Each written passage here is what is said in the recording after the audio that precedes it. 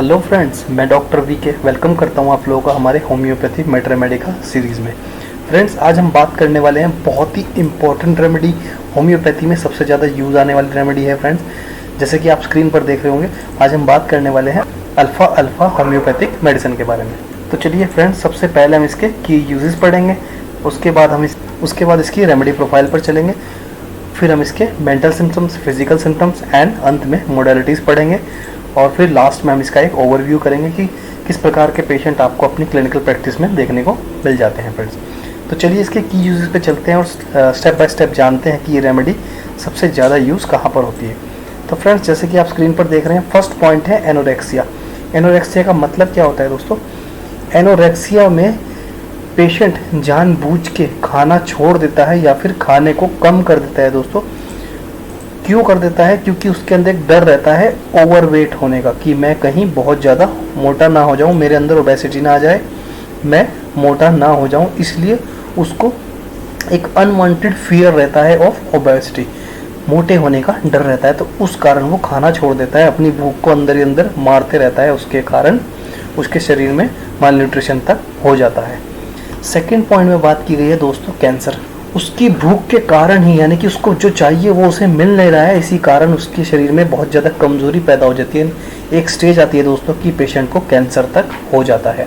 Third point में बात की गई है दोस्तों क्रोनिक फटीग सिंड्रोम, यानी कि उसके अंदर फिर इतना ज़्यादा फटीग रहने लगता है और वो उसकी बीमारी इतनी ज़्यादा पुरानी पड़ जाता है और फिर वो क्रोनिक फटीग सिंड्रोम में बदल जाती है दोस्तों। उसमें होता क्या है, कंडीशन क्या रहेगी, हर चीज़ में गड़बड़ हो जाएगी, स्लीप डिसऑर्डर्स हो जाएंगे, उसको भूख अब इम्प्रॉपर हो जाएगी, कभी लगेगी कभी बिल्कुल नहीं लगेगी, मेंटली भी वो थोड़ा सा अब नर्वस रहने लगेगा।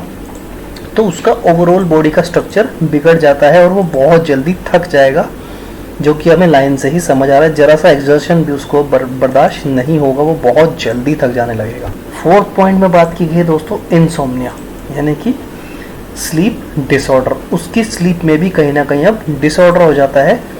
अब वो बेसिकली इसका जो मेन फोकस है वो एपेटाइट पर ही रहता है दोस्तों और माल न्यूट्रिशन पर रहता है। उसी के कारण ये सब प्रॉब्लम्स क्रिएट होती हैं। पेशेंट एक टाइम पर सोचता है कि मैं ओवरवेट ना हो जाऊं, मैं फैटी ना हो जाऊं, इसके लिए वो खाना छोड़ देता है। या फिर कोई छोटा बच्चा जिसे बचपन से ही न्यूट्रिशन प्रॉपर ना मिले, उन कंडीशंस में ही अल्फ़ा अल्फ़ा ज़्यादातर काम आती है दोस्तों। जैसे कि हमें फिफ्थ पॉइंट में बताया गया है माल न्यूट्रिशन एंड वेट लॉस।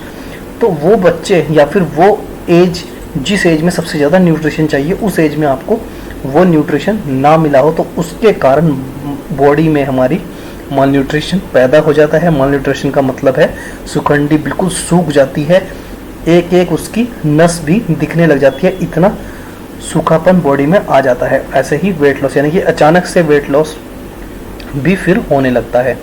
और वो होता इसलिए क्योंकि उस टाइम पे जो डाइट चाहिए थी, जो न्यूट्रिशन चाहिए था, वो बॉडी को नहीं मिल पाया। एंड लास्ट पॉइंट में बात की गई है नर्वस इंडाइजेशन। नर्वस इंडाइजेशन में फ्रेंड्स फिजिकली भी एज वेल एज मेंटली भी दोनों चीज़ें अफेक्ट हो जाती है। यानी कि अगर उसको माइंड पे कुछ अफेक्ट हुआ है तो उसका इंडाइजेशन भी बिगड़ जाएगा, यानी कि उसको पेट भी बिगड़ जाएगा, उसको इंडाइजेशन, उसको खाना भी नहीं पचेगा। और ऐसे बहुत सारे पेशेंट आप लोगों को मिलेंगे जब आप केस टेकिंग करेंगे, जो बताएंगे कि मेरे घर में अगर कोई ऊंचा भी आवाज़ से बोल जाए तो मेरी भूख गायब हो जाती है या मेरा पेट गड़बड़ा जाता है। तो इस तरीके से आप इस रेमेडी की मेन थीम को समझ सकते हैं दोस्तों, कि ये ज़्यादातर एपिटाइट पर काम करती है और हमारी बॉडी के अंदर जो न्यूट्रिशंस की कमी है उनके अंदर पूर्ति पैदा करती है, यानी कि हमारी बॉडी के न्यूट्रिशन को की जो कमियां हैं उन्हें भरने में काम आती है दोस्तों। चलिए अब इसकी रेमेडी प्रोफाइल पर चलते हैं और जानते हैं डीप में कि पेशेंट किस प्रकार का रहेगा, उसका नेचर कैसा रहेगा, उसके फिजिकल सिम्टम्स क्या रहेंगे और क्या उसकी मॉडलिटी रहेगी। तो फ्रेंड्स, ये आ गए हैं हम अल्फ़ा अल्फ़ा रेमेडी पर, आपको स्क्रीन पर दिख भी रहा होगा।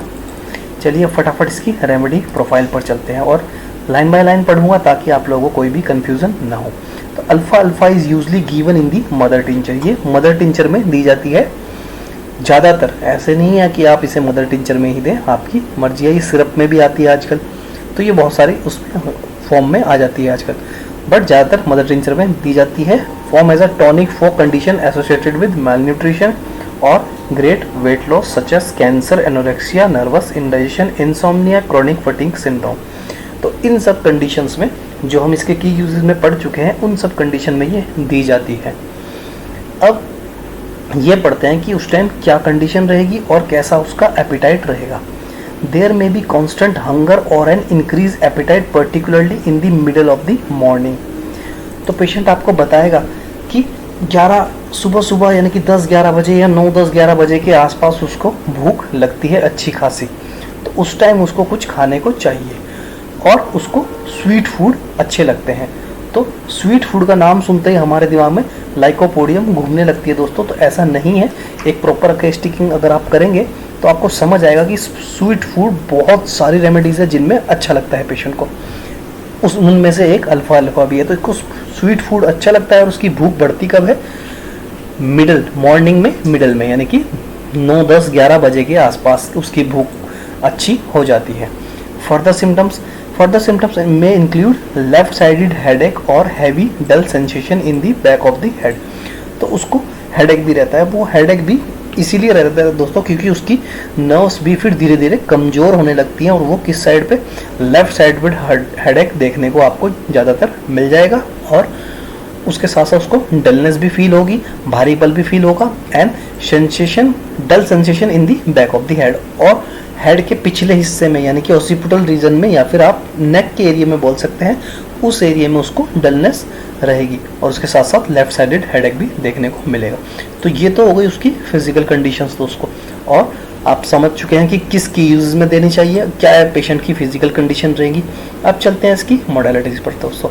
तो मोडालिटीज़ में सिम्टम बेटर कब है? नॉन, यानी कि उनको कोई भी ऐसा सिम्टम नहीं मिला कि वो बता सके पेशेंट बेटर कब फील करता है, बट एग्रावेशन मिला है।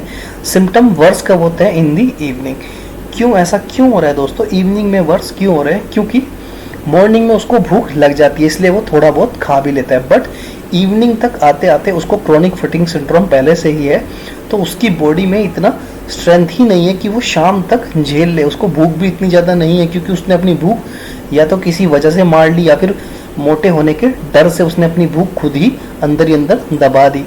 तो और वैसे ही उसके अंदर माल न्यूट्रिशन है यानी कि न्यूट्रिशन की कमी है, तो उसकी बॉडी की जो स्ट्रेंथ है वो शाम तक बिल्कुल डाउन हो जाती है। इसलिए शाम को उसको और ज़्यादा एग्रावेशन हो जाएगा, उससे शरीर को खींचना पड़ेगा ज़बरदस्ती।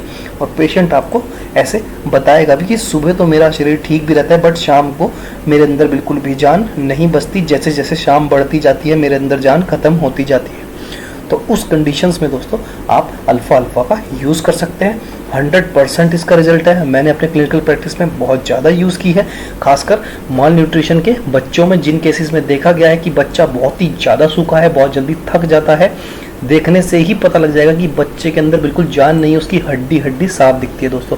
तो उस केस में अगर आप थोड़ी बहुत केस टेकिंग करेंगे, उसके नेचर को समझेंगे और उसकी एपेटाइट को समझेंगे और अल्फ़ा देंगे तो दोस्तों 100% रिजल्ट मिलता है, क्योंकि ये एक बहुत ही बेहतरीन रेमेडीज़ में से है होम्योपैथी की। तो फ्रेंड्स, अगर आपको अब भी कोई भी डाउट है इस रेमेडी को लेकर तो आप हमें कमेंट बॉक्स में कमेंट कर सकते हैं, आपकी क्वेरी ज़रूर कंप्लीट की जाएगी। एंड आपको हमारी सीरीज़ कैसी लग रही है दोस्तों, इसके बारे में ज़रूर हमें कमेंट बॉक्स में कमेंट करें, उससे हमें थोड़ा सा मोटिवेशन मिलेगा।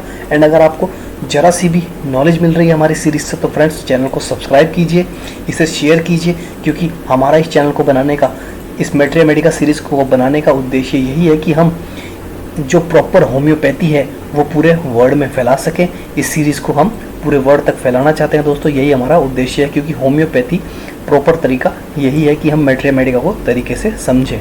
एंड लास्ट में आपको एक इन्फॉर्मेशन और देना चाहता हूँ, अगर आप इन मैट्रे मेडिकास को Hindi as well as English में एक साथ पढ़ना चाहते हैं तो फ्रेंड्स मैंने आपको अपने वीडियो के फ्रंट में, अपनी वीडियो के एंड में और अपने डिस्क्रिप्शन में अपनी होम्योपैथी वेबसाइट का लिंक डाल दिया है दोस्तों। आप वहां से डायरेक्ट हमारी होम्योपैथी वेबसाइट पर जा सकते हैं और मैट्रे मेडिका को English as well as Hindi दोनों ही लैंग्वेज में पढ़ सकते हैं, क्योंकि फ्रेंड्स अगर आप सिर्फ इंग्लिश में पढ़ेंगे तो आप कहीं ना कहीं पेशेंट की लैंग्वेज में कंफ्यूज हो जाएंगे, क्योंकि इंडिया में ज़्यादातर पेशेंट हिंदी बोलते हैं और बहुत अलग अलग वर्ड यूज़ करते हैं जो हमें आज तक मैट्रे मेडिका में सुनने को भी नहीं मिलते। तो अगर आप हिंदी मैट्रे मेडिका भी इसके साथ साथ पढ़ेंगे फ्रेंड्स, तो मैं आपको दावे से कह सकता हूँ आपकी क्लिनिकल प्रैक्टिस में बहुत ज़्यादा सुधार आएगा।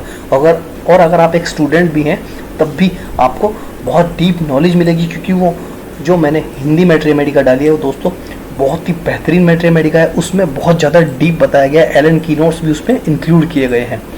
तो फ्रेंड्स, आशा करता हूँ आपको हमारी ये सीरीज़ अच्छी लग रही होगी। कल आपसे फिर मिलेंगे एक नई रेमेडी के साथ, तब तक के लिए धन्यवाद।